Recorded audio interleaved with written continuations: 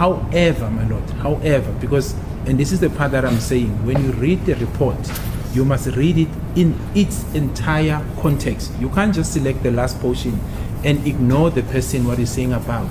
Somewhere above, he links some of the accused in terms of what he can read.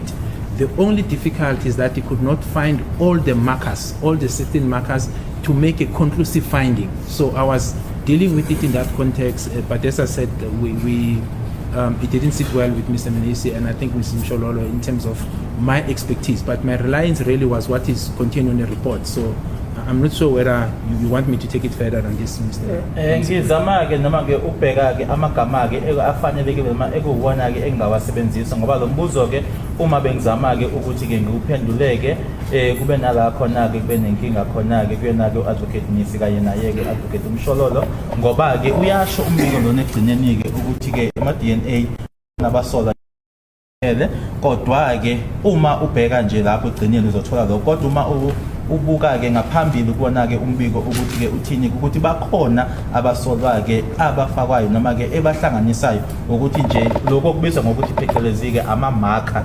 akutholakele anele ukuthi-ke angasho ukuthi ngempela-ke ayabafaka.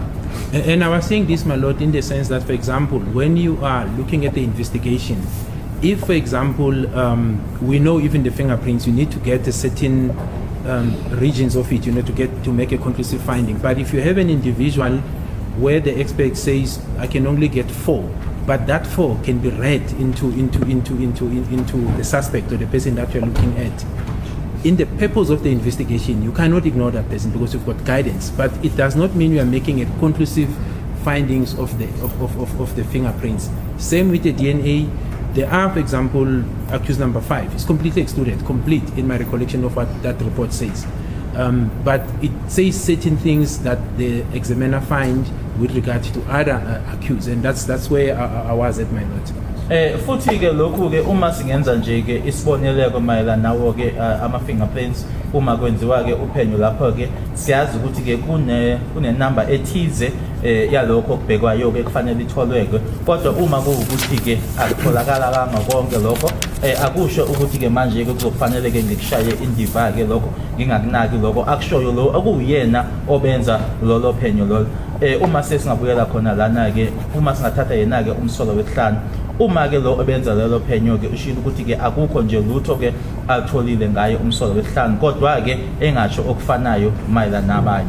And I think it's the same position with accused number 1, my lord, that in my recollection the report did not find any, even if it's not complete markers, any with regard to accused 1. And that, my lord, it's in support of the investigation because the investigation indicates that accused 5 was outside. He was the driver of the vehicle, and I'm saying it's alleged in terms of the investigation.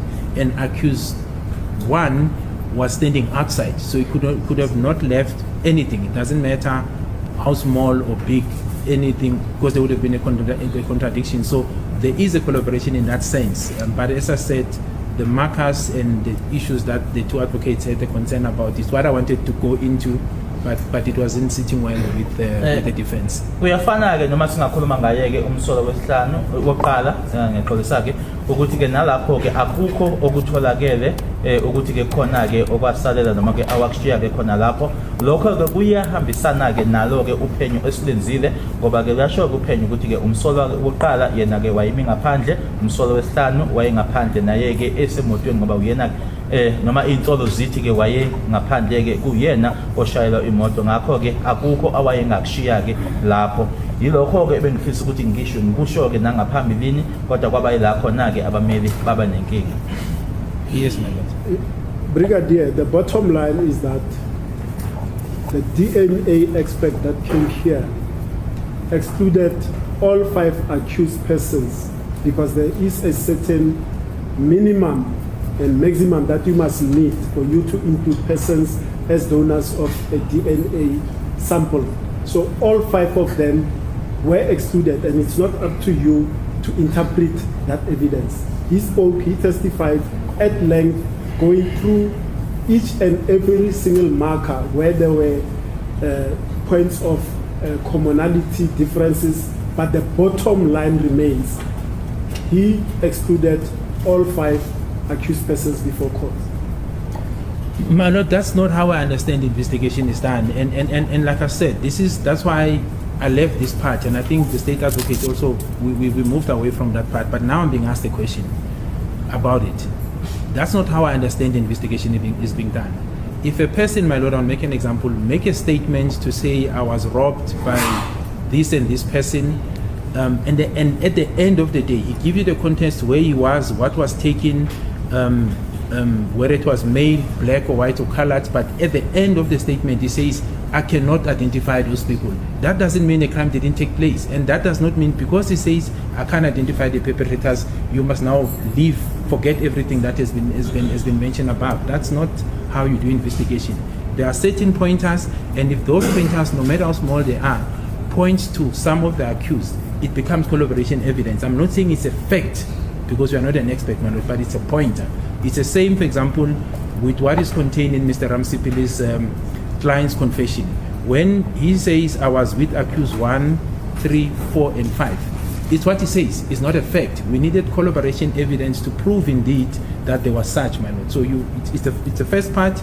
It must be corroborated for a conclusive finding to be made at the end. Kodwa-ke akukuwena-ke ukuthi-ke manje umusha kanjani noma utolika kanjani-ke ukuthi-ke yini le ayishilo ufakazi, kodwa ufakazi-ke yena uma noma ngenkathi ebelana-ke ushilo-ke ukuthi-ke akukho okwatholakala okuhlanganiswa noma okushoyo-ke ukuthi abasolwa bobahlanu laba babe laphayana kwisigameko ngaleliya langa-ke uthi-ke akusiyona-ke indlela leyo uphenyo oluhamba ngayo. Wabesenza-ke isibonelo ukuthi uma ngabe umuntu eyovula-ke icala esho ukuthi-ke kunomuntu obambe inkunzi, uzomusho-ke ukuthi umuntu omnyama, umuntu omhlophe, umuntu ekhaladi yini, kodwa-ke abe egcineni athi ngeshwa-ke uma ngathola-ke ithuba angeke ngikwazi-ke ukuthi-ke lowo muntu lowo ngimkhombe noma ngimusho. Akusho-ke ukuthi kufanele ukushaya indiva lokhu akushilo-ke ngaphezulu noma ukuthi-ke uphenyo seluyaphelela lapho. Kunama-marker noma-ke ama-pointers athile. Uma kuwukuthi-ke ama-pointer athile akhomba uhlangothi oluthile noma kwabanye babasolwa-ke, akusho ukuthi akunganakwa lokho. And this assertion, my lord, does not mean I'm saying the statement links them. That should not be misunderstood. I'm not saying the expert says their DNA is conclusively found. I was basically referring to what efforts or steps I took in my investigations, what guided me. Okunye futhi-ke akushilo-ke ufakazi ukuthi-ke uma ngabheka-ke noma ubuke sona-ke istatement soponyuluka sakhe-ke umsolo wesibili la ashoyo-ke khona-ke ukuthi wayekade enaye-ke umsolo wokuqala, owesithathu, owesine kanye-ke nowesihlanu. Asishongo-ke ukuthi-ke lokho kuphelele, kodwa kwafanele ukuthi manje-ke senze uphenyo-ke phezu kwalokho akushilo. Okunye futhi-ke angisho ukuthi-ke lo mbiko lowo wofakazi bekade lana-ke ukuthi-ke umbiko othi-ke cha ngempela-ke lokho bakwenza-ke, kodwa sengiyakusho nje ngiyachaza-ke ukuthi yilokho akusho. And like Advocate Munisi correctly said when he stood up on this point, it is not your opinion, Kenneth. It's the opinion of the DNA expert on this point. My lord, I think we are on the same page and we're saying the same thing. I said, I am making this submission does not mean I'm saying the expert was wrong in saying what he said. I agree with his conclusion. I'm simply saying above, if you look above what is contained there, what it says. That's number one. But number two, I do recall, my lord, that DNA, it's a mixed DNA. The donor of the second DNA was never found, which is a female, to make a conclusive finding. That's what I seem to recall during my interaction with the expert or our interaction. But there is no dispute, and such must not be created, my lord, as if I'm standing here contradicting the expert to say he is wrong. I understand the report that is written there, and I agree with him. But I'm simply saying, on top, he indicates certain markers that were not good enough for him to make a conclusive finding. So it's not, in essence, my lord, a complete exclusion. That's what I'm saying. It's where somebody says, I've read this, 0. I've read this, 0. There are certain markers, but unfortunately they were not enough for the expert to make a conclusive finding, my lord. Engishoyo-ke ukuthi lana sikhuluma-ke into eyodwa, angimile la ukuthi ngiphikisane naye-ke umngoti noma ufakazi-ke owasho-ke ukuthi akukho okufaka-ke abasolwa-ke lana akufani nesehlakalo la khona-ke umuntu ezayo ethi cha angitholanga lutho u-0, angitholanga lutho lana u-0, kodwa-ke uyasho ukuthi yebo kukhona-ke okutholakele kodwa ke akwanele ukuthi ke afinyelele kusinqumo ke esiphelele noma ekuyisona. So there's no conflict or different of opinions insofar as what the expert is saying, my lord, and what I'm saying. But basically, and I'm not contradicting him or disagreeing with him. Angiphikisani naye ukuthi ke noma ngiphikisani naye ke noma ngisho okunye okuhlukile kuloko akushoyo ke mina nanjengoba ngime la. Okay. And then you also referred to the AVL report for the motor vehicle driven by Longwe Twala. Yes, the tracker. I think it's a tracker. Yes, my lord. The tracker. The tracker system. Correct, my lord. Ngikhulumile ngayo ke i-tracker system mayelana ke nemoto eyayishayelwa uyena ke uLongwe Twala. And in that context, how does it say that the relevance to there being intruders or no intruders? Well, my lord, we know the cell phone, the missing phone, the phone that was in the same tower, including with Longwe, prior to the commission of the incident, that after Longwe with his car and his phone tower, the number that he gave, goes to clinics, that phone goes to Muleleki. So if Longwe was the shooter, you would then expect, and if this was a fabricated story of the so-called missing phone, you would have expected, and I said this, my lord, to see one of the people in particular, because we're talking about Mr. Longwe, going together with the so-called missing cell phone, or the phone remaining behind. So the essence of the AVL was to show, rather the tracking system, my lord, was to indicate that it was moving together with the cell phone and it went to the clinics. Contrary to the phone that was in the tower that was alleged to have been taken, which went to a different direction. And we could not find evidence as to who was there, because the people who were in the house all went to clinics. So people who in the house are sitting at the clinics with the deceased, my lord. The phone is sitting at the last tower of Moleleki. Then the question is, who is in possession of this phone if there were no intruders, or at least one person, because the phone cannot work on its own. So that was the essence of that submission, my lord. Baleka noma kuba semqoka ke kwale yambiko kwe AVL noma so leya tracker ke mayelana nayo imoto ikalongwe ke nanjengoba kwakunale insolo ke eyishoyo ke uma kuukuthi ke kwakuyena ke uLongwe ke owadubula ukuthi ke nale phone ke uma iya ngale kuloyo hlangothi njengoba laba basendlini bona ke baya eclinics ekuyila iqosha khona ke neyakhe ke uLongwe ifone kusho ukuthi ke ubanike manje lo owayephethe lo makhala ekhuphini lo owaya kolunye uhlangothi ke eMuleleki ngalesikhathi ke laba ababesendlini bona baya eclinics. Okay. Now let us move closer to these events now. And then we start with, you've made reference already to Exhibit BB, that is the identity kit with which you say you confronted accused number 2. You recall that? I recall that, my lord, yes. Ngiyakhumbula ke ngikhuluma ngayo ke umdwebo loyana noma ke identity engithi ke ngabuza umsolo noma ngakhulumisana nomsolo wesibili ngayo. I'm going to request that it be beamed so that we all can see what we are referring to.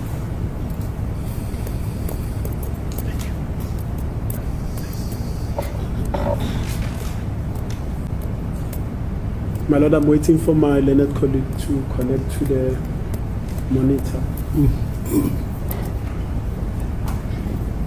So in the meantime, we keep calling that cell phone a runaway phone. Yes, my lord. It's basically the phone that belongs to Miss Kelly Kumalo, the 072 number. But does it actually belong to her? Yes, it's a cell phone, my lord. And the number was also identified by Kenneth Stein and the other gentleman. Yes. Holmes. Yes, but she also identifies it on her statements that it's her number. Oh, and she says it was yes, no, it is identified. It's identified that it's one of her cell phones that she disclosed to the police to say I have 2 cell phones, the 072 number which is alleged that was taken by the perpetrators, and then she remained with the 082 number. So common sense or logic tells us that there must be forensic evidence before 8 o'clock going this way. There must be forensic evidence that phone, the runaway phone, was inside the house. There is forensic evidence, my lord. There is forensic evidence that place it in there together with the other cell phones. Yes, yes. But not only just her cell phones, with the other people who were in the house under the same location. Okay. After the incident, then you have these different directions, my lord. I hear you. uyamane ukhuluma-ke ngalo makhalekhukhwini ukuthi-ke lo makhalekhukhwini-ke owabhalekade make i-runaway phone yebo-ke washo-ke yena-ke uMiskeli Khumalo naye-ke kwisitatimende sakho uyasho ukuthi wayena-cellphone amanamba amabili u-072 kanye no-082 u-072 ilona-ke emuva kwesigameko owathathwa-ke kukhona-ke nobufakazi okushoyo-ke futhi ukuthi leyo cellphone leyo ngaphambi kwesigameko yayikhona-ke lapho endlini kanye nama-cellphones abanye labo ababesendlini. Okay, we do have Exhibit BB on the screen. Yes, my lord. Now, if we look at the depiction of the sketch on the left, I did ask this question before to, I think it was Sergeant Meyiwa. Is that photograph as well depicted with that sketch on the left with the hairstyle of dreadlocks, according to what you can see there? No, it was a hoodie. Are you referring to Yes, the person one on the on the left-hand left. side, on my Yes. left? No. The person with the hoodie is on the right. I mean, sorry, with dreadlocks, and the person on the left is wearing a hoodie, my lord. Because I'm looking, if you can be given the pointer so that I can show you the parts that I'm referring to. I'm not operating this. What the kids are providing.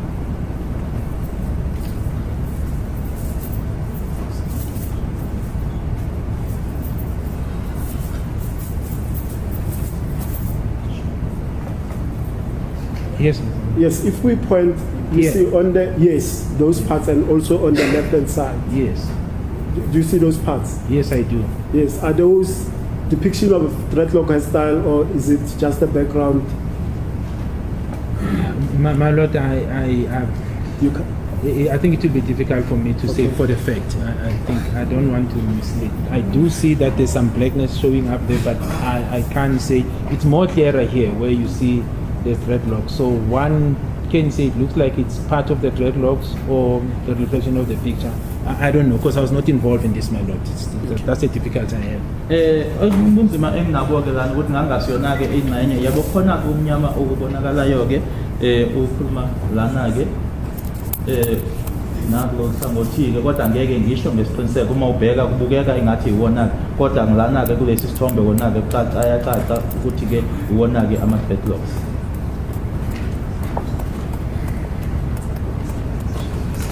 okay, I'll revert back to Exhibit J because this is Exhibit BB. And But then, sorry, my lord, sorry, Mr. Ramosepele, to say something because it just cropped. It just came into my mind, my lord, that and obvious. Maybe let me not disturb your line of thought. I'll come back to it later because I think I might distract where you're going. It's fine. I'll come back to it later, my lord. But I want to say something about this picture. okay, Khona-ke bengifuna ukusho ngalesi sithombe kodwa ngizobuyela kona-ke kamuva angifuni ukuthi-ke ngiyiphazamise-ke imibuzo yakho. and your testimony is that on the 18th of June 2020 and at Carltonville at Sibanye, when you spoke, interrogated, interviewed accused number 2, you then confronted him with this ID kit and you told him that the person depicted or the sketch depicted on the left bears a resemblance to him. Yes, I did say that, my lord. Ushilo ukuthi-ke nge-18 zikaJune 2020 esibanyeke wakhuluma-ke naye umsolo wesibili umtshela-ke ukuthi-ke umuntu lona-ke odwetshiwe-ke la noma kule identikit nako khona-ke noma-ke unako-ke ukufana naye yebo ngakusho lokho kuyena. My lord, what I forgot to mention, perhaps let me just deal with it. This is the part I was saying I want to deal with it later. I didn't mention it in my evidence in chief, is that when I was during the profiling process of the accused, obviously the ID, the age was determined.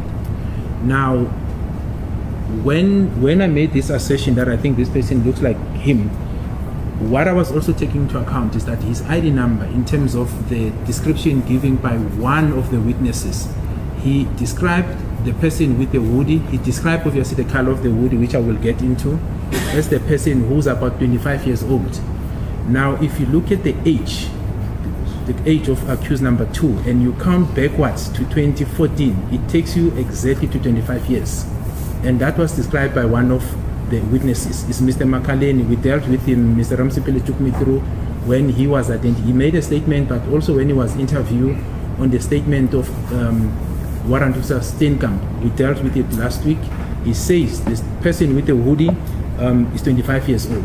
He also mentions the measurements. I don't recall exactly as to how he says this person, how tall he is, my lord.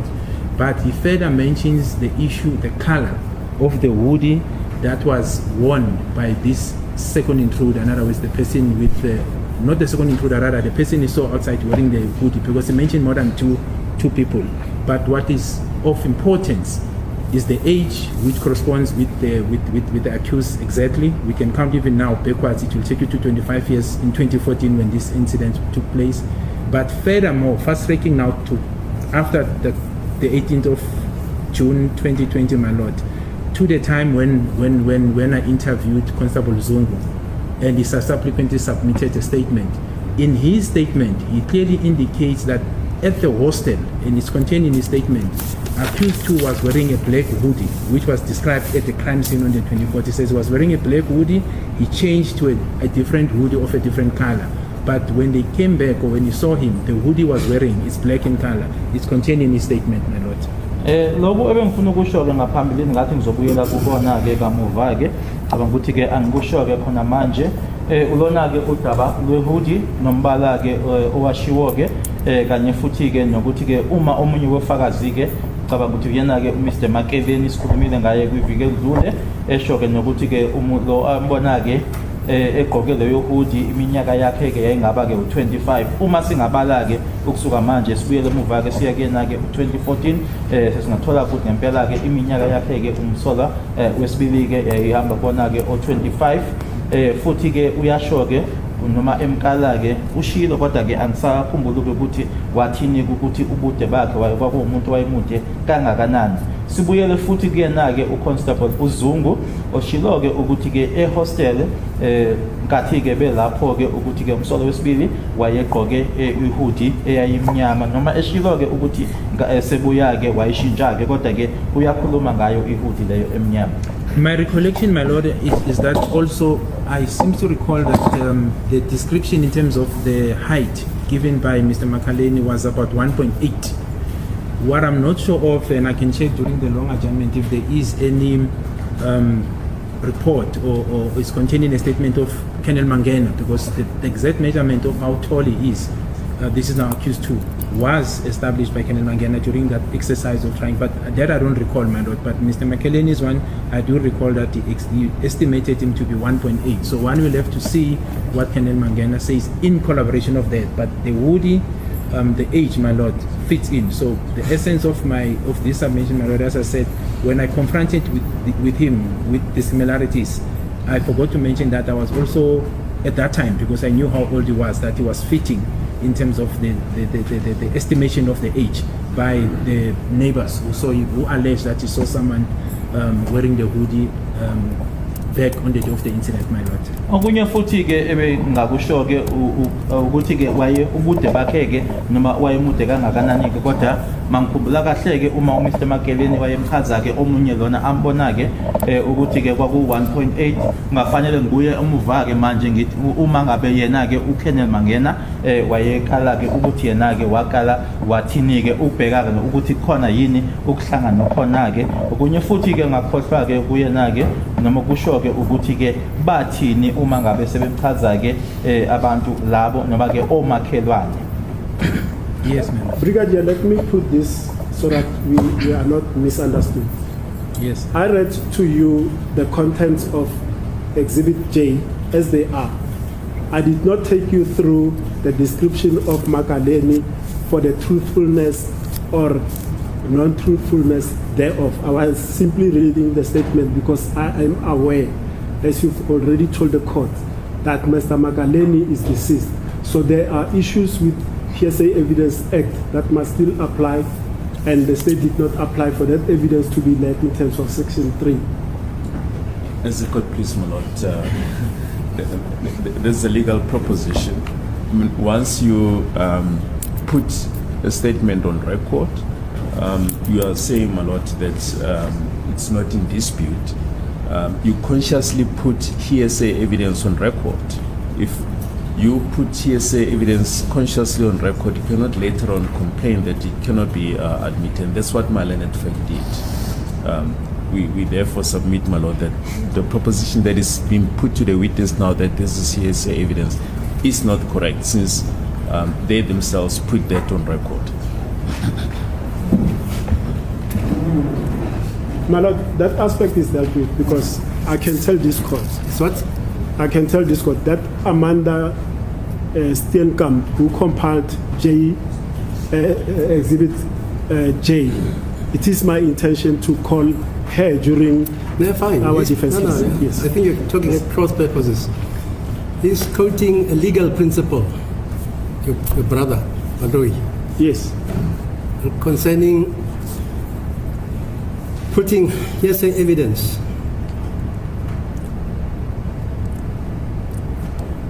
It is. I'm very well aware that if I solicit hearsay evidence, it's then admissible. Yeah, my lord. right. That's what he's talking about. Yes. So we're going forward because remember my follow-up question to this Makaleni after the description given to Ms. Steenkamp. I asked you whether Makaleni was one of the persons that were in the house or was it somebody that was just simply passing in the streets? Yes, I do recall that question being asked, my lord. Ngiyakhumbula-ke lowo mbuzo ubuzwa-ke ukuthi-ke ingabe uMakeleni kwakuwomunye wabantu ababesendlini noma kwakuwumuntu nje owayendlulela emgwaqweni. And the reason I was reading that statement was twofold. One was to show the description of the firearm provided by the people in the house, and secondly, to show that the people in the house themselves, to Mrs. Steenkamp, none of the people described the features, the height, the length, anything to Mrs. Steenkamp. Those were my reasons. So the description of dreadlocks, golden insert, 1.8 meter in height, came from Makaleni, who's not the person that was in the house. That was the purpose I was showing. I was reading Exhibit J. No, it is correct, my lord, but one also must understand on what context was Makaleli called in as a witness. If you read his statement, he indicates that he was passing the Kumalo's house, that was the scene, and he saw people who were sitting outside, which he took note of. As he was coming back, I think from the shop or from a certain walk, he saw some of these people running to an opposite direction. And then later, when he get closer to the Kumalos, that's when he was informed that these people who were running were involved in the shooting. So that's the context. That's why the investigators focus on him, because he was able to identify the alleged perpetrators outside the house before the incident took in, before they went into the house. That's how his statement was taken. So it was in that context. Uma-ke bengikufundela-ke lo exhibit J bekutshengisa-ke ukuthi-ke abantu labo ababesendlini-ke bona akukho abakhuluma noma bechaza-ke ukuthi labo abantu ababesendlini omunye wayenezinyoka legolide noma-ke bechaza-ke ukuthi nama-feature athile. uMakeleni yena kwakuwumuntu wayendlulela, yabo kuyiqiniso ukuthi wayendlula-ke lapho emgwaqweni, kodwa wabona-ke ukuthi kwakunabantu ababe lapho-ke uma esebuya-ke futhi la ayebuya khona esitolo noma-ke kuhambo lolo aluthathile-ke wabona-ke futhi labo bantu labo-ke sebegijima-ke noma bebaleka-ke manje la esezotshela khona ukuthi labantu-ke abebebaleka-ke ibantu ababe lana, yingakho-ke singabaphenyi-ke sabona-ke kusemqoka ukuthi sithathe istatement sakhe. My lord, I see it's just past 1 o'clock. Is this an opportune time to take the long agenda? Okay, fine. Sorry, just there's a witness who speaks about a garage. Is that the same gentleman? Same person at the garage. Garage. No, remember that. No. This one speaks to them. He places them Who around the says case who says he saw some people at the garage? I think gas station is the way. Gas that it station. is. Okay. Hey, madam. It's that witness. It's the same. Well, not the witness. It's the same person, my lord.